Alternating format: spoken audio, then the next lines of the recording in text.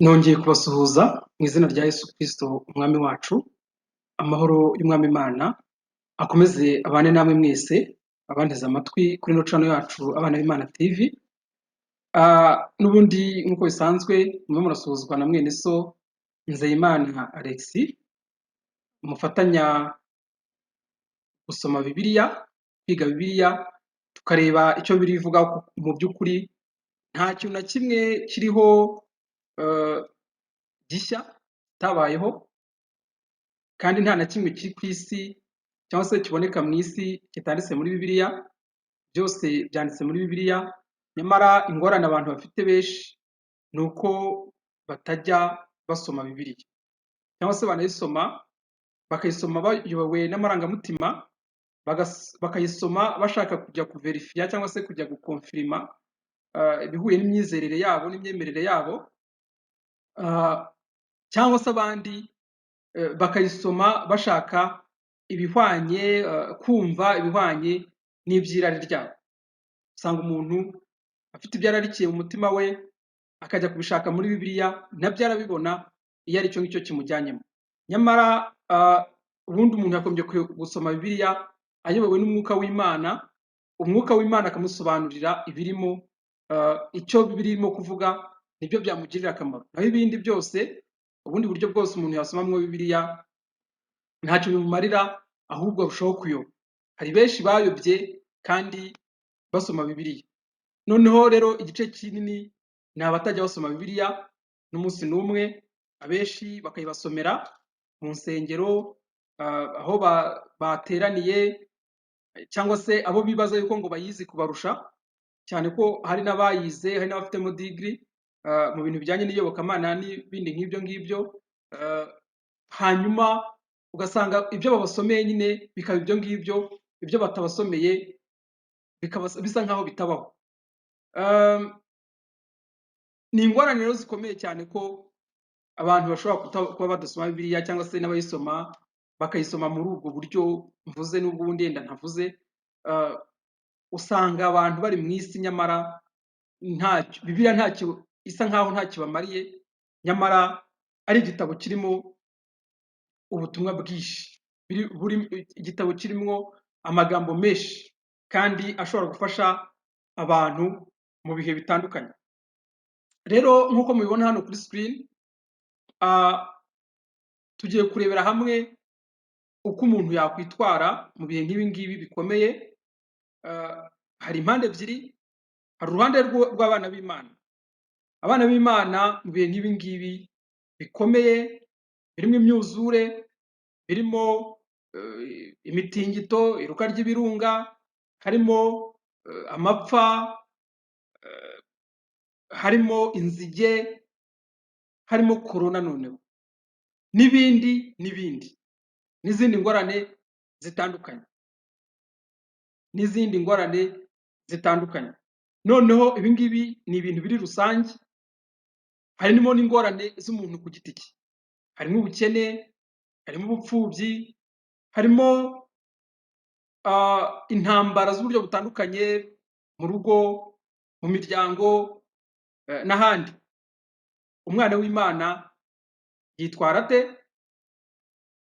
Noneho se abatizera, abana ba Satani, abatizera tubita abana ba Satani, ntabwo twe tubibita, kuko abatari abana b'Imana bari abana ba Satani. Nta hagati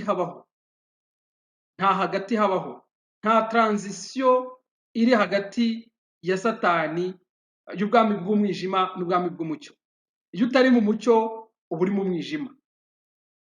Nubwo abenshi nyine usanga yibereye mu mwijima, nyamara akakwereka yuko afite ibyiringiro ko azagera igihe akagera mu mucyo, nyamara kuba ugihagaze mu mwijima, icyizere kiba gisa nkaho ari ntacyo, kuko umwami w'umucyo Yesu Kristo ntabwo biba byaramunaniye kugukurayo, ahubwo ntushaka kuvayo. Uba ukwiriye kwibaza ngo ni iki kirimo gutuma nkomeza kuba mu mwijima kandi hariho umucyo. Ikibazo, abenshi barinze barimbuka, abenshi bazarinda barimbuka bazi neza icyo gukora, bazi icyo bakagombye gukora, bazi icyiza icyo ari cyo, nyamara bagakomeza bagakora ibitandukanye n'ubushake bw'Imana kubw'izindi mpamvu inshuro nyinshi zishingiye ku buzima bwa hano mu isi, nyine zishingiye ku bibazo bya hano mu isi. Ugasanga umuntu ari aho ngaho agakomeza, satani agakomeza akamubeshya yuko igihe kizagera, igihe kigihari, umwaka ugashira, imyaka ibiri igashira, umuntu agapfa, akagenda akarimbuka. Umuntu akagenda agasazira mu byaha, ntave kwa satani, agakomeza, kuko ibyaha byose bikorerwa kwa satani, kandi nta kuntu utakora ibyaha uri kwa satani. Niyo wagambirira gukora neza, nubwo wakora neza nyamara uri kwa satani, ibyo byose ni umurimo w'umwijima. Nyine ibyakorewe mu mwijima byose ni umwijima. Rero niba waramaze kumenya ukuri, ukwiriye kuva kwa satani uko byagenda kose. Satani ntakomeze kukoshyushya, satani ntakomeze kukuriganya ngo akomeze akwereke ko hari kiri ibindi. Nurangiza ibi ngibi uzihana, Imana irababarira, ni Imana y'imbabazi, ni inyampuhwe nyinshi, na ba Kanaka yarababariye, na ba Sawuli yarababariye, na ba Dawidi yarababariye, na ba Kanaka yarababariye, na Kanaka, ndetse abantu bakaza bagatanga n'ubuhamya, bakagaragaza ukuntu bari babi cyane, bakagaragaza ukuntu bakoze ibintu biteye isoni no kubivuga, bakakubwira ko Imana yabababariye, basenze Imana ikababarira. Ariko ayo ni amagambo yo kugushyeshya. Ntabwo wamenya yuko ahantu uri henda, inzu urimo ntabwo wamenya yuko igiye gushya ngo ubitekerezeho. Yesu yaravuze ngo umunsi azagaruka, ngo uwo munsi ni ukuvuga ngo uzaba ari mu nzu, uzaba ari hejuru y'inzu ntazamanuke ngo ajye mu nzu. Aho uzaba uri uzahita ugenda.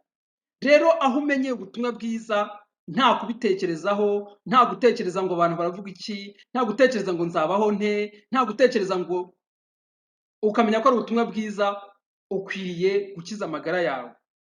Ukwiriye gukiza amagara yawe, ukajya mu ruhande rwa Kristo, ukagendana na Kristo, nibwo uzagira amahoro yo mu mutima. Naho igihe cyose uri kwa satani, nta n'imwe uzagira amahoro yo mu mutima. Uzakomeza ujye uyifuza, usenge cyane, ukore imirimo myiza, ukore imirimo myinshi, witange, ugire gute, ukore n'ibintu wumva mu mutima bikuvuna, ariko n'ubundi mu mutima ubura amahoro, kuko urimo urabikorera mu mwanya utari wo.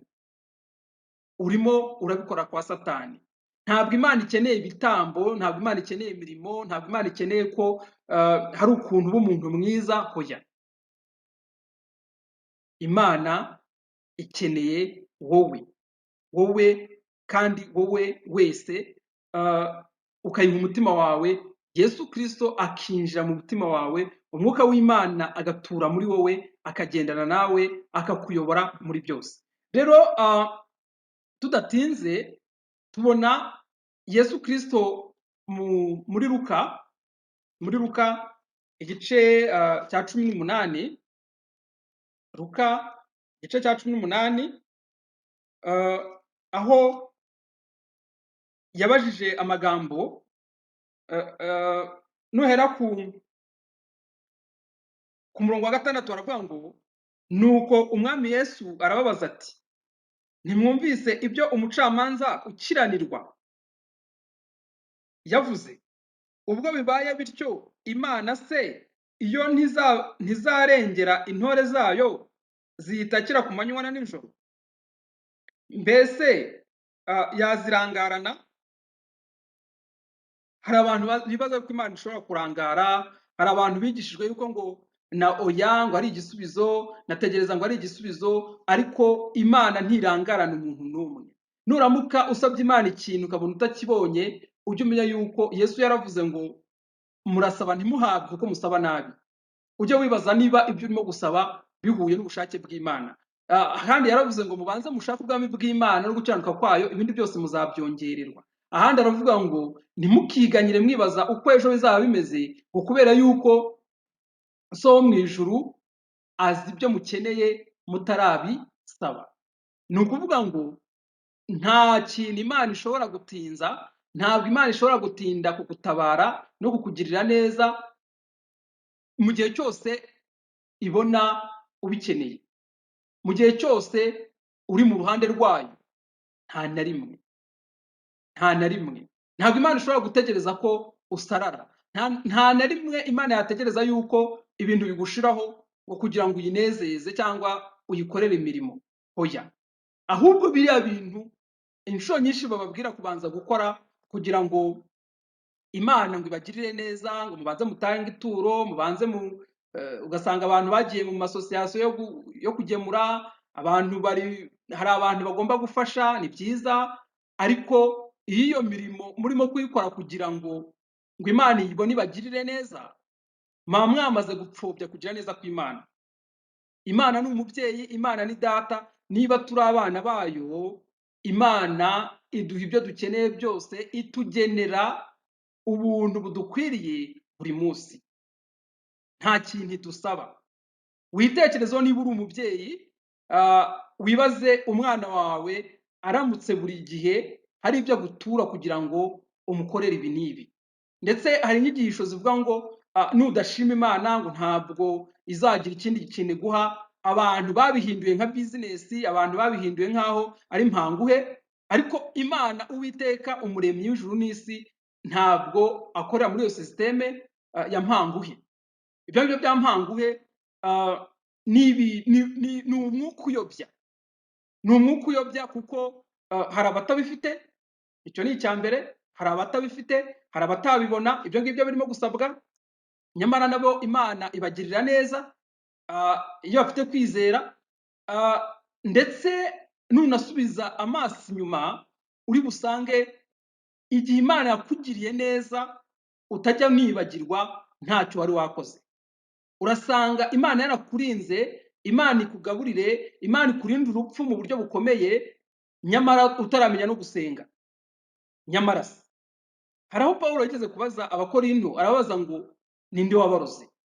Ngo mwabanje iby'umwuka no mugiye guherutsa iby'umubiri. Ni ukuvuga ngo birababaje kuba Imana yarakurinze mu gihe runaka, ikaguha ibyo kurya utazi no gusenga, ikakurinda indwara, ikakurinda sida, ikakurinda impanuka, ikakurinda za kanseri n'ibindi byose, ikakurinda mu buryo bugaragara nawe ubwawe ukabyibonera, ikakurinda urupfu mu buryo bugaragara nawe ubwawe ukabyibonera, utaramenya gusenga. Uyu munsi wa none uvuga ko wamenye gusenga, ukaba uvuga yuko nta Imana yakumarira uramutse ntabyo watanze, utafashije, utagize gute.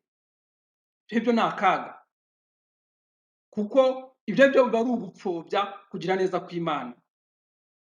Gukora imirimo myiza mu isi nibyo, mu gihe ubishoboye, mu gihe bivuye ku mutima wihannye, bivuye ku mutima utagikora icyaha, bivuye ku mutima wamaze kwegurirwa Yesu. Ariko kubikora utarihana, ugifite ibyaha muri wowe, ugifite inkovu z'ibyaha muri wowe, ukiri umunyamanyanga, ukiri umuntu ugifite inzangano, ugifite ubushurashuzi muri wowe, ugifite ibyaha by'uburyo bwose muri wowe, ugifite kamere y'icyaha muri wowe, mu yandi magambo ukibarizwa i Babuloni cyangwa se mu gihugu cy'umwijima, mu gihugu cya Satani, ntacyo byaba bimaze. Iyo mirimo yaba impfabusa. Rero mu gihe nk'iki ngiki bigenda bite? Ku murongo wa 7 haranditse ngo ubwo bibaye bityo, Imana se yo ntizarengera intore zayo ziyitakira ku manywa na nijoro? Mbese yazirangarana? 8 ndababwira yuko izazirengera vuba. Cya gisubizo rero cya ngo tegereza, ngo na oya ni igisubizo hoya. Wibaze ngo kubera iki nsaba simpabwe, kubera iki ibyago nk'ibi ngibi bimeze gutya, nyamara nkaba mbona mpagaritse umutima. Uyu munsi wa none mpamya yuko abantu batizera, abantu batigeze bemera Yesu Kristo kubabera umwami n'umukiza w'ubugingo bwabo buri munsi, abantu batemereye umwuka w'Imana ngo abayobore mu byo babamo byose mu buzima bwabo bwa buri munsi, bari mu bihe bikomeye, bari mu bihe bikomeye. Abenshi ibyo imyuzure idahitanye, amapfarazi akabihitana. Ibyo inzige zidahitanye mu mwanya ndimo gusoma muri za Somalia abarenga 21% bafite ikibazo cy'inzara bituruka ku nzige. Ibi ngibi mubona ku ifoto iri hasi iburyo, ni ukuvuga ngo inzige zaraje. Umuntu ibaze kuba wahinze utegereje gusarura, inzige zikaza zikabirya byose zikabimara, nta handi hantu uri bukure. Ibaze kuba warubatse inzu, hariya ku ifoto ya mbere biriya mubona biriya byahagana hirya ni amazu n'amamodoka n'ibiki, ya mamodoka abantu birirwa baririra, bya bindi umuntu yibaza yuko ubifite aba ari igitangaza, ndetse bakakubwira yuko ngo Imana ariyo ibitanga, kugeza aho hari n'abasigaye ngo basengera abantu kugira ngo babibone. Ukagenda ukajya muri banki, wamara kubaka inzu, wamara kugura imodoka, hakaza ibibazo nk'ibi ngibi, bya bindi byose bikangirika, kandi banki ugomba kuyishyura. Udafite Yesu wasara, udafite Yesu, utishingikirije kuri Yesu wakwiyahura. Noneho rero hari ikibazo cya korona ni nayo kibazo noneho kiri rusange ku isi yose uyu munsi wa none. Yenda ibindi tugenda tukabyumva hirya ntibitugereho, cyangwa se umuntu akaba afite ukundi kuntu abaho. Niba haje amapfa ari bugere ku bahinzi, ariko agahwa kari kuwundi karahandurika. Wowe niba ukora business isanzwe ntacyo bikubwiye, nubwo waba ucuruza imyaka uravuga uti niba hano bitabonetse nzajya ni Bugande, nzarangura n'iby'ahandi, ubuzima bukomeze. Nyamara korona yo uyu munsi wa none iri ku isi yose. Business zarahagaze, ubuzima abantu bari bashingiyeho mu by'uyu mubiri, mu by'ubu buzima, ahenshi bwarahagaze. Nyamara abenshi bafite amadeni, abenshi bafite abana bagombaga kwiga cyangwa bagomba no gutunga, abenshi bafite bari bakirimo kubaka, abenshi bari bafite imishinga myinshi itandukanye, ndetse yajyaga ibagira busy. Mpamya yuko uyu munsi wa none abana b'Imana, abafite umwuka w'Imana mu mitima yabo, korona ishobora kuba igiye gutuma banasinzira. Hari benshi batajya banasinzira, hari benshi batajya babona n'ibitotsi, hari benshi batajya babona n'ibitotsi, hari benshi batajya babona n'umwanya wo kuruhuka kubera ibyo babamo. Ugasanga umuntu yari yibagiwe, ntamenye yuko n'ubundi ku isi ahafite imyaka ingana n'iy'abandi. Ugasanga umuntu afite ibintu byinshi ahugiyemo, kugeza hahandi atibuka yuko Imana ari ikontorora byose. Nk'uko hano byanditse ngo God is in control, ni ukuvuga ngo Imana ibikontorora ibintu byose, ibintu byose ibikontorora nk'aho biri mu biganza byayo.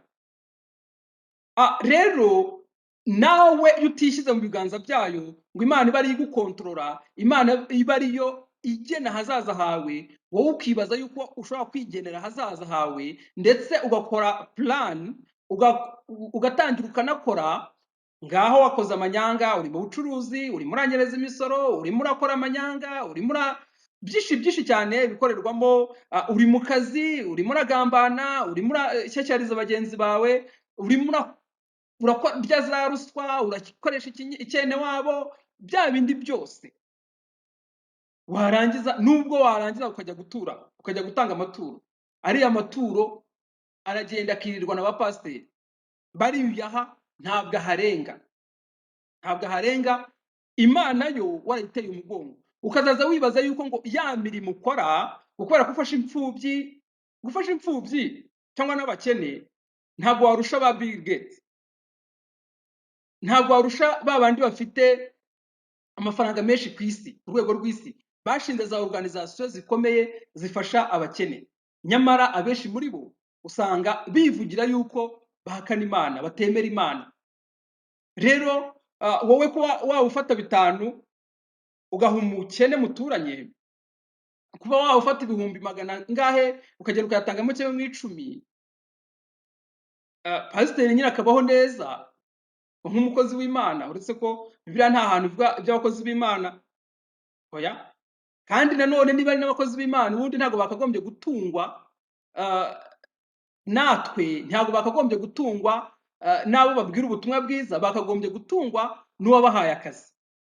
Niyo bavuga ko Imana ariyo yabahamagaye yakagombye kubatunga kuko isi n'ibiyuzuye byose ni iby'Uwiteka.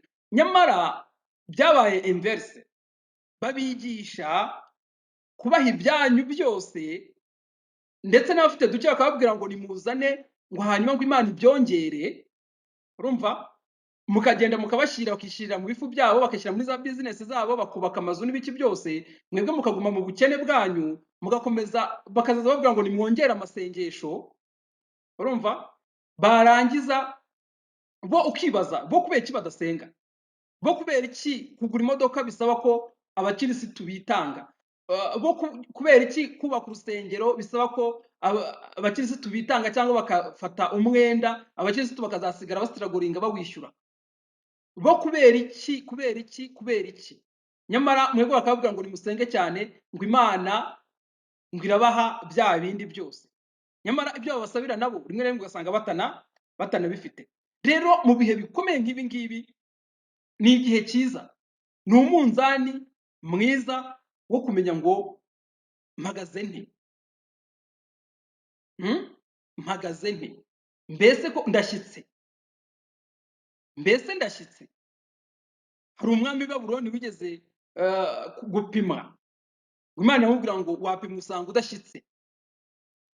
Nawe rero mu bihe nk'ibi ngibi, mu bihe bizinesi zirimo kugenda nabi, mu bihe uhagaritse umutima, ndetse ko abana b'Imana badahagarika umutima, mu gihe ubona bigushobeye ukwiriye kwibaza ngo mbese ndashyitse.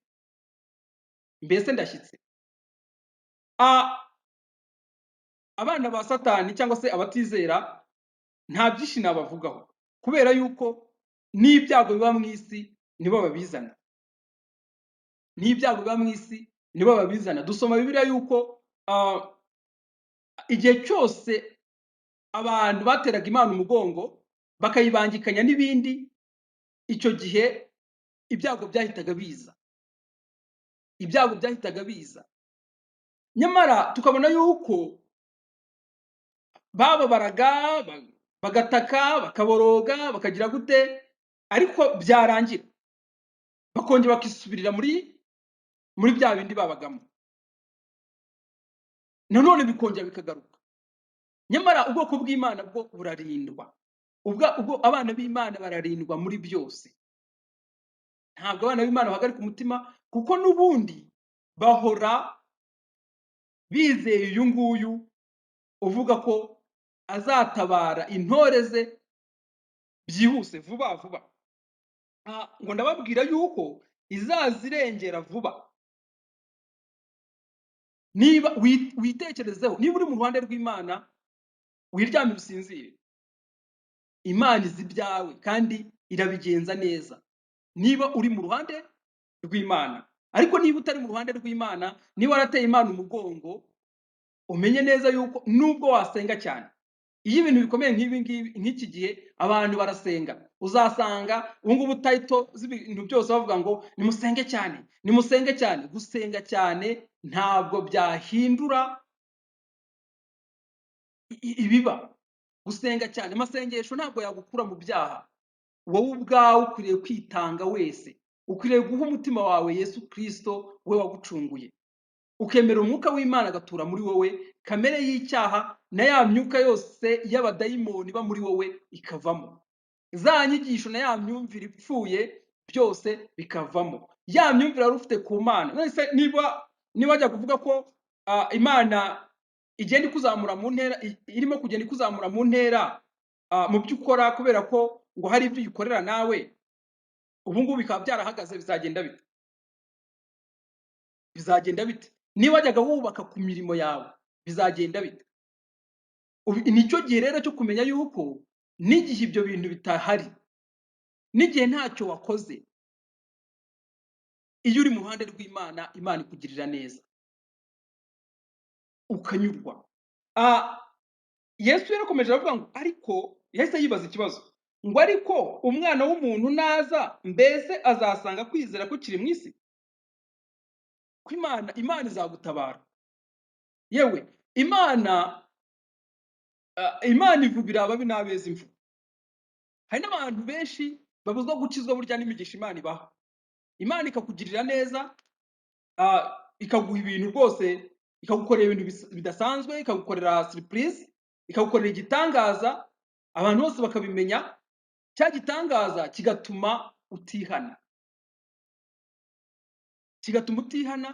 ukarangara, ukibaza yuko ukishimira ibyo Imana igukoreye, ugasanga yaguhaye abana, yaguhaye akazi keza, yaguhaye business birimo biragenda neza, urimo urubaka, uri busy mu kubaka, ufite byinshi biguhugije, ukibagirwa biguhaye, ugasanga ibyo ngibyo aribyo wahaye agaciro nyine. Nibagira Imana irashaka ko abantu tufasha abantu, ugafasha abakene, usanga ufite abantu rwose unarihira minerivare, ufite abantu woherereza udufuka tw'umuceri, ariko ntabwo ibyo ari byo Imana ishaka. Imana ntiyishimira ibitambo, ahubwo yishimira imbabazi. Irashaka ko wakira imbabazi zayo mu mutima wawe, wazaza ukora n'iyo mirimo ukayikora ubitewe n'urukundo ukunda Imana, ntubikore ushaka kwereka Imana yuko hari ibyo wakoze ngo kugira ngo irusheho kukugirira neza. Hari benshi uzasanga bakora imirimo myiza ngo kugira ngo business yabo yaguke. Hari benshi uzasanga bakora imirimo myiza bakiranuka ngo kugira ngo Imana ibirebe igire icyo ikora, ariko siko bigenda. Ibyo ngibyo bikorwa n'umuntu utari umwana. Abo ngabo ni nabo uzasanga iyo ibintu byagenze neza cyane bahora bashima, ndetse bashyizeho formule ivuga ngo Imana, ngo amashimwe ngo ibyo byo kurya by'Imana, ariko ntabwo Imana irya. Kwishima rwose, ababyeyi banteze amatwi, umwana aramutse agushimira buri munsi akagushima, uko usohotse akagushima, uko winjiye akagushima, agahamagara agashima, ibyo bintu sinzi ababyeyi byashimisha ngo ni bangahe. Ibyo ngibyo rero niyo mico iranga abatizera. Iyo Imana ikizi kibakorera, usanga amashimwe ari ishyano ryose, usanga nyine birukanka ahantu hose bashima. Nyamara Yesu yigeze kubwira intumwa ze, abigishwa be, bavuga bati nyamara abadayimoni baratwumvira, ibintu birimo biragenda neza. Yesu arababereye, barababwira ati ntimwishimire ko abadayimoni babumvira, ahubwo mwishimire ko amazina yanyu yanditse mu gitabo cy'ubugingo. Mwishimire ko mufite ubugingo buhoraho. Mwakagombye kuba mwishimira ko mufite Imana yabahaye ubugingo buhoraho. Ntimwishimire yuko abenshi baza bavuga ibyo Imana yabahaye imodoka nziza, yabahaye abana beza, yabahaye inzu nziza, yabahaye akazi keza, yabahaye, ariko icyo mwakagombye kuba mwishimira ni uko Imana yaduhaye ubugingo. Naho ibindi byo mu isi byo biraza bigashira, kandi ntibigira nyirabyo. Niko Abanyarwanda bavuga, abafite byinshi nta nubwo bemera Imana. Ikintu nk'iki ngiki ikiza muri ibi ngibi byose twarebye n'ibyo tutarebeye hamwe, kuko nko muri Canada ejo bundi hari ubushyuhe bukabije bwahitanye benshi. Muri Amerika niko byagenze, mu Buhinde niko byagenze. Ibiza Bibiliya yaravuze ngo icyago kizakura ikindi, ishyano rizakurwa n'irindi shyano. Na nyuma ya korona hari ibindi biracyahari.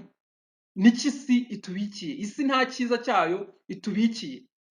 Hari umuntu rwose wari umaze kugera ahantu heza, ariko byose bigiye hasi, agiye gutangirira zero, agiye gutangirira kuri zero, akaba arimo gufashwa uyu munsi.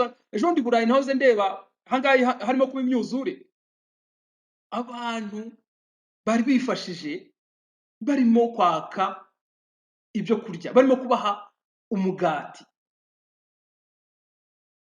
None se ubuse nta bantu basenyewe n'ibirunga mu minsi ishize? Rwose ubuzima bwarangiye. Ubuse ab'imyaka yapfuye kubera ibiza bitandukanye mu Rwanda, abenshi ntabwo ugira gutyo ugasanga umuntu yari yifashije ariko akabaye maskini. Ntabo mujya mwumva agira gutya kubaka inzu ya miliyoni 50, barangiza akabura ubwishyu, bakaza bakayiteza cyamunara, yenda no mu manyanga, yarangiza akajya gusembera, ugasanga no kubona 20,000 byo kwishyura inzu biramugoye. iby'isi rero tubifite dushima Imana, ariko tunabanze turebe ngo mbese twabihawe n'Imana, twabihawe n'Imana, kuko iyo wabihawe n'Imana, iyo uzi yuko wabihawe n'Imana, umutima wawe utaba mu by'isi, yego, ahubwo umutima wawe wibera ku Mana, utekereza Imana, utekereza agakiza k'Imana, utekereza kugira neza kw'Imana, bya bindi niyo bigiye biragenda nyine. Umera nka Yobu ukavuga uti navutse nambaye ubusa, nzasubira mu nda y'isi ntacyo nambaye. Ariko umuntu uzi yuko ibyo yagezeho ari ubwenge bwe, ibyo ageraho ari imbaraga ze, ari bene wabo, ari inshuti, ari inkomoko ye, ari ibiki, bya bindi byose abantu bajya bubakaho bitari Imana, biba bihindutse ikigirwamana, biba bihindutse ikigirwamana. Umugabo wawe yaguha amafaranga menshi ukinjira mu bucuruzi, ariko umugabo wawe ntabwo yahagarika corona kugira ngo utajya muri lockdown, mutajya muri guma mu rugo, ntabwo yabikora. Umugore wawe ashobora kuba avuka mu muryango ukomeye ku buryo ushobora no kubaka inzu ya miliyoni 150 muri Kigali, yego, ariko ba bandi bose baguhesheje, yenda bagutije ingwate n'ibiki byose, ntabwo babuza banki kuza kuhateza cyamunara mu gihe wabuze ubwishyu, kandi biri kwishi. Isi nicyo itubikiye nyine. Ntabwo dukwiriye kubeshywa rero n'ibyo turebesha amaso. Abana b'Imana, Yesu arimo aribaza ngo mbese umwana w'umuntu, ariko umwana w'umuntu naza mbese azasanga kwizera kukiri mu isi? Kwizera, abana b'Imana babeshwaho no kwizera, ni nako Yesu nabwo yigeze kuvuga. Yego, igihe bya bino byose twarebeshaga amaso, bya bindi byose byari bidukikije, bya bindi byose twibazaga yuko hari icyo byatumarira mu isi, igihe bibaye uko bibaye, umwana w'Imana arakomeza akizera, abeshwaho no kwizera, abeshwaho no kwizera. Umwana w'Imana akomeza kubeshwaho no kwizera. Kandi mu Kinyarwanda bavuga ngo kwizera kurarema, kwizera kurarema. Ibyo wizeye bikubera uko nguko. Umutima wawe niba waraweguriye Yesu, niba umwuka w'Imana aba muri wowe, nta cyakubuza gusinzira, nta cyakubuza gusinzira. Niba urimo kubura ibitotsi, niba urimo gutekereza kwiyahura, niba urimo gutekereza kwigirira nabi, niba urimo gutekereza gutoroka, niba urimo gutekereza, hari n'abantu bagera aho ngaho bakavuga bati ubutegetsi barimo baratugirira nabi, barimo baratubuza kwicururiza business, ubu ngubu bizagenda bite n'ibiki byose. Ugasanga umuntu ntabwo ashaka kureba n'imibare y'abantu barimo gupfa, barimo guhitanwa na corona. Ibyo ngibyo ni agahinda ko mu mubiri, ntacyo bikumariye. N'ubundi nubwo umuntu ubundi si umuntu akuretse ukajya gucuruza, ntihagire abaguzi baza, kubera ko abaguraga nta mafaranga bafite, kubera ko ubukungu bwifashe nabi. Ubundi byakumarira iki? Nta na kimwe. Dukwiriye kwiringira Imana, kandi tukiringira Imana n'umutima wacu wose. Dusoma mu by'ukuri mu gitabo cy'Abami, tujya dusomamo inkuru y'umuhanuzi Eliya. Nacyo gitekerezo ngiye kurangirizaho, si igitekerezo, ni ibintu byabayeho. Eliya yigeze kugira ifuhe ryinshi. Abantu b'Imana bafuhira ibi bikorerwa mu isi. Yigeze kugira ifuhe ryinshi, areba ukuntu abantu banze Imana, areba ukuntu igicaniro cy'Imana cyasenyutse, abantu basigaye baramya ibigirwamana, nk'uko benshi batizera baramya ibigirwamana burya mu buryo ubu cyangwa ubundi. N'abibwira ko basenga, burya abenshi basenga ibigirwamana. Biramubabaza ageze aho ngaho kubw'ishyaka, aravuga ati mva, abwira Imana, aribwira ati imyaka 3 n'igice nta mvura igwa. Umva amapfa yateye muri icyo gihugu, mu gihugu cyabo cya Isiraheli. Arangije we aragenda, Imana imutungira ku kagezi kitwa Kereti imyaka hafi 3 n'igice, ni hafi imyaka 3 n'igice. akanywa ayo mazi, ibyiyoni ngo bikamugemurira inyama. Hari abantu bibaza ko bidashoboka. N'uyu munsi wa none birashoboka, kuko Imana yacu ni Imana idahinduka. Uko yari kera niko iri kandi niko izahora. Ntabwo ari Imana ihindagurika, ntabwo ari Imana iba update, hoya. Ntabwo ari Imana ijyana n'ibigezweho, hoya. Ntabwo ari Imana ikangwa n'ibyaje. Ibi ngibi byagukanga utari mu mwuka w'Imana, ariko uri mu mwuka neza ntabwo ibi ngibi bishobora kumujegajeza. Bibiliya iravuga n'ubundi ngo abiringira Uwiteka ni nk'umusozi Siyoni udabashika kunyeganyega. Ni ukuvuga ngo ibi ngibi byaza, ariko iyo wubatse ku rutare rwe Yesu Kristo bikugwaho nk'abandi bose, ariko ntacyo bikutwara. Nyamara abubatse ku musenyi, abubatse kuri bya byiringiro byose, kuri bene wabo, ku bwenge, ku bushobozi, ku nkomoko n'ibindi nk'ibyo ngibyo, ibyo ngibyo ngo kugwa kwabyo kuba kunini, kugwa kwabyo kuba kunini. Rero Eliya Imana yamutungiye kuri ako kagezi, ndetse bigiye kurangira Imana imuyobora ku mugore umwe, Serafati, ahantu hitwaga Serafati ahari, w'umupfakazi utari ugize ikintu, yari asigaranye uturyo yari agiye guteka uwo munsi, akarya n'umwana we bagapfa. Eliya aragenda, umukozi w'Imana cyangwa se umuhanuzi w'Imana aragenda agera muri iyo nzu, arangije akora ibitangaza, abera umugisha urwo rugo, ngo bararya icyo gihe cyose, inzara irinda irangira nta kibazo bagize. Imana ihereye kuri twa tuntu twari dusigaye tw'umunsi umwe. Ibyo ngibyo wita bikeya Imana yabiheraho, uramutse uri mu ruhande rwayo, uramutse uyihaye umutima wawe. Ibyo ngibyo wita bike, ibyo ngibyo ureba ukabona no kubigabanya biragoye, ibyo ngibyo ureba ukavuga ngo biragoye, famiye yanjye ni nini, biragoye, Imana yabiheraho. Uramutse wowe icyawe icyo ubazwa ngiki, Yesu arimo arakubaza ngo mbese uracyafite kwizera? Mbese uracyafite kwizera?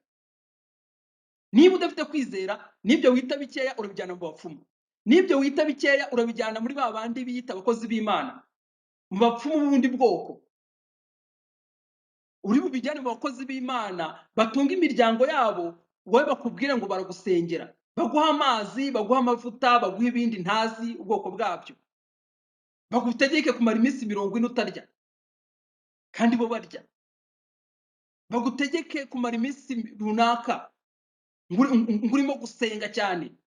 Nyamara ntabwo Eliya yigeze asenga cyane, ntabwo Eliya yigeze asenga cyane. Kugira ngo iyo nzara irangire, iyo myaka 3 n'igice, Eliya yaragiye ahamagaza abahanuzi ba Bali, arangije bose arabica, imvura ihera ko iragwa. Uwo munsi abahanuzi ba Bali, urebe ibigirwamana ushobora kuba warubatseho, urebe ibindi bintu wubatseho bitari Kristo, ubisenye.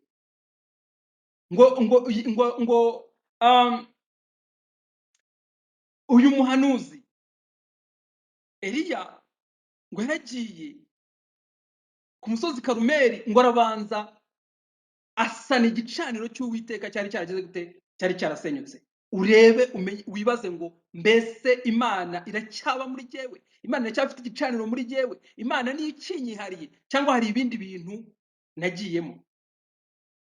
Hanyuma ubwo gusenga cyane rero nicyo nari ngomejeho, ngo abahanuzi ba Bali basenze umunsi wose, bakaza bavuga ngo Bali, ngo nyamuna Bali twumvire. Nyamara Yesu hano ririya somo twasomye yavuze ngo Imana izatabara intore zayo vuba. Ni Yesu wabyivugiye. Nyamara abahanuzi ba Bali, abasenga Bali, abasenga ibyirwamana, barasenga ntibasubizwe. Basenze umunsi wose ntibasubizwa, baribabaza, baritemagura, barikebagura, barasakuza, basimbukira hirya no hino, n'iki byose, ariko ntibasubizwa, kuko ibyo biringiye ni Imana itavuga, ni Imana idakora. Abiringiye rero iyi Mana, Eliya yarabereye umuhanuzi. Eliya abameze nka Eliya bagira ishyaka, bagira mu mutima wabo bakareba uburyo ki Imana iteshwa agaciro. Birababaje, birababaje uyu munsi wa none kuba abantu Imana Yesu, izina rya Yesu risigaye rikoreshwa mu bidatunganye. Bibiliya ivuga ngo uvuga izina ry'Uwiteka ava mu bidatunganye. None uretse no kubivamo abantu basigaye bafata izina rya Yesu bakarikinamo filime, muri komedi. Bibiliya isigaye ikinishwa muri komedi. Iri zina ry'Imana risigaye rivugirwa aho ritakwiriye kuvugirwa. Yego, izina ry'Imana abantu barihoza mu kanwa, ni ba bantu batigeze bakizwa, ni ba bantu badashaka no gukizwa, ni ba bandi barimo gutwika, barimo kwishakira views, barimo kwishakira umugati. Ntabwo ariko yari ameze, ntabwo ariko yari ameze. Ariko Eliya mbere yuko imvura igwa yabanjije kugira gute? Yabanjije kwica abahanuzi ba Bali bose. Arabanza asana igicaniro cy'Uwiteka cyari cyagize gute? Cyari cyarasenyutse. Mu bihe nk'ibi ngibi rero, sana igicaniro cy'Uwiteka cyasenyutse. Reba hasenyutse, ongera wiyuzuze n'Imana, wongere uyibwire ngo ni data. Yibwire, si ngombwa ko n'uwo mubana bimenya. Mu mutima wawe wowe uriyizi, ubiziranyeho n'Imana.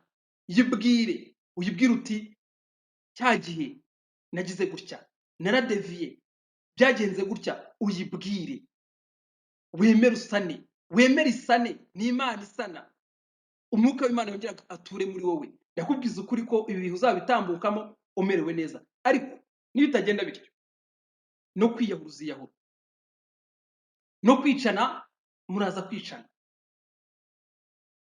kuko iki ni cyo gihe abatagira umwuka w'Imana batangira kwitekerezaho, bakiheba, bakibuka ibihe baciyemo, bakibuka amabi bakoze kugira ngo bagere kuri ubwo butunzi burimo kuzima bareba, burimo kwangirika bareba. Ariko abana b'Imana ibyo bagezeho n'ubundi ni Imana. Niba uzi yuko ibyo ufite byose n'ubundi wari warahawe n'Imana, nubwo byagenda, iyo Mana yo ntabwo yagiye, ntaho yagiye, izagushumbusha. Wibuke muri Yobu amaze kwihana, Yobu amaze kwihana, Imana yagize ite? Imana yahise imukubira kangahe? Yahise imukubira inshuro nyinshi ibyo yari asanzwe afite. Yobu ibye byose byari byaragiye, n'umubiri wari umerewe nabi, n'umugore yari yaramwihakanye. Ariko Yobu ageze mu gice cya 42, ndibuka, niba nibuka neza, Yobu arihana, abwira Imana ati ibyo najyaga mbyumva, ariko noneho ndabibonye. Niyo mpamvu izinukwe, uzinukwe ziriya nzira zose, uzinukwe biriya byose byagutandukanyaga n'Imana. Wihane, wemerera Imana iba ariyo iba umugenga wawe. Ndakubwiza ukuri ko nubwo ibyo wari utunze byose byagenda, Imana, uri kumwe n'Imana, Imana niyo ishobora byose, izagushumbusha. Ariko nibitagenda gutyo, ugakomeza umutima wawe ukibera mu bindi, umutima wawe ugakomeza ukerekera ku bindi, uyu munsi wa none ukaba urimo guhamagara nyokorome, ukava kuri nyokorome ugahamagara so wanyu, ugava kuri so wanyu ukajya kuganyira abantu, ukajya kuganyira abo musengana, ukajya kuganyira iki? Ndakubwiza ukuri ko ushobora no kuziyahura. Ariko Imana iturinde kwiyahura, Imana iturinde kwiheba, Imana iturinde kubabara nk'abatagira ibyiringiro, nk'abadafite Imana. Imana iduhe gukomeza dukomerere muri yo, tuyishikameho, twubake kuri yo, twubake ku rutare niwe Yesu Kristo. Ibyago birahari, bizanakomeza, ariko abari muri Yesu, umva, dufite ubugingo ni icya mbere, dufite amahoro ni icya kabiri, dufite byose kuko turi mu waremye byose. Imana itugirire neza kandi ikomeze guhira abayiringiye, kandi ikomeze gutabara abayishikamijeho umutima, mu izina rya Yesu, amen.